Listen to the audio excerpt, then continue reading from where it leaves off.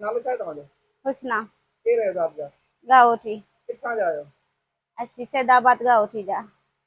अच्छा, हीउ जेको हींअर मसइलो हले पियो तव्हां अॻुवाट थी विया, इहो छा मामिलो आहे? न दा असीं अगवा कोन थी आहियां, मूं ते अत्याचार हो, मूं ते ज़ुल्म हो ऐं मतिलबु मूंखे पंहिंजी ज़िंदगी जीअण कोन ॾींदा हुआ। थोरी थोरी ॻाल्हि ते मार सट कुट हलंदी हुई।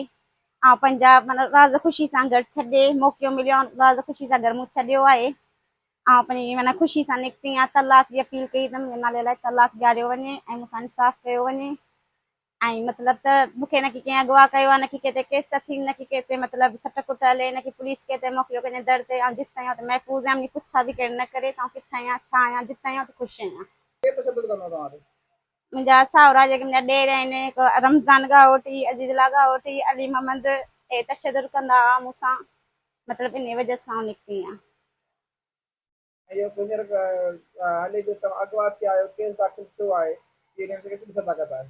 न न मुंहिंजा अगवा कंहिं कोन कयो आहे। किथां बि गवाह पंहिंजो जिते आहियां त ख़ुशि आहियां। मुंहिंजा अगवा न की केरु कंदो आहे न, ड्री थोरी आहियां, ॿार जन खे केरु अगवा कंदो आहे। वॾी आहियां, समझदार आहियां। पंहिंजी राज़ ख़ुशी सां निकिता आहियो? जी हा, पंहिंजी राज़ ख़ुशी सां निकिती आहियां। हाणे कहिड़ो मुतालबो कंदा हो?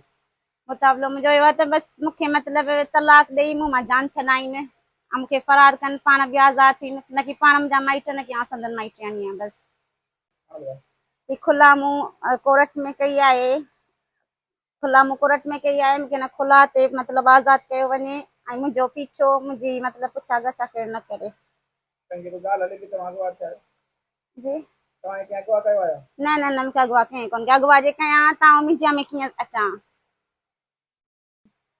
जेके पूरा केस मुंहिंजे पोयां थिया आहिनि, जिन माण्हुनि ते थिया आहिनि या जिन ते थियण वारा आहिनि, केस बंदि कयो। मूं ते न की कंहिंजी बंदिश आहे, न की पाबंदी आहे, न की कंहिंजे बेकामी आई आहे, न की कंहिंजे दवा में आई आहे। मुंहिंजी जान छॾियो बसि।